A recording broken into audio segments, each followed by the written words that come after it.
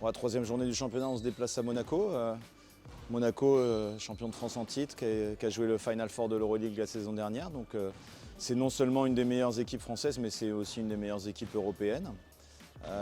Ils sont allés s'imposer à Limoges de 13 points et hier à Chalon-sur-Saône de un peu plus de 35 points. Donc bon, c'est un match, il faut le jouer, il faut y aller et il faut se mesurer à une grande équipe pour voir aussi nous ce qui nous manque et ça va toujours nous aider à jouer avec une meilleure intensité parce qu'on a pu voir déjà contre Paris qu'il nous manquait des choses pour pouvoir rivaliser contre ce genre d'équipe. Donc il faut y aller sans complexe, en donnant le meilleur de nous-mêmes.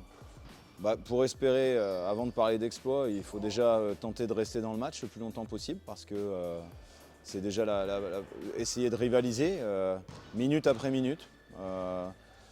Et après, les ingrédients, évidemment être dans l'intensité, dans le combat physique, parce que ça va déjà se jouer ici. Et puis ensuite, beaucoup mieux contrôler le rebond et le repli défensif, qui sont des aspects déterminants.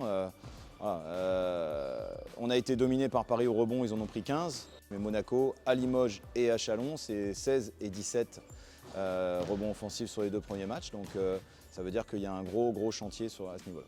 Ouais, on aura besoin, là, le calendrier est un peu difficile, c'est sûr que là on enchaîne les matchs avec des déplacements en plus, donc c'est pas très simple parce qu'on n'a pas le temps de préparer.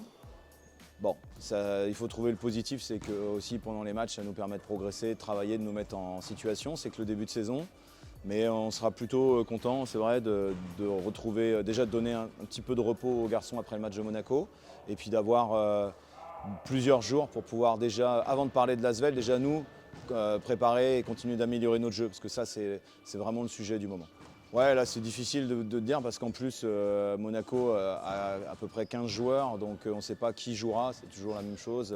C'est sûr que Mike James est très en forme sur ce début de saison. Hier, il a été vraiment très facile à Chalon et un peu comme c'est un joueur particulier quoi, par le fait qu'il a un talent assez hors norme. Donc c'est sûr qu'il faudra voilà. Et comme tu l'as dit, il n'y a pas que lui, ils sont tous bons et je pense que même les 5 ou 6 joueurs qui vont sortir du banc seraient des titulaires dans toutes les autres équipes de Pro A. C'est dire la qualité du roster construit par Monaco cette saison.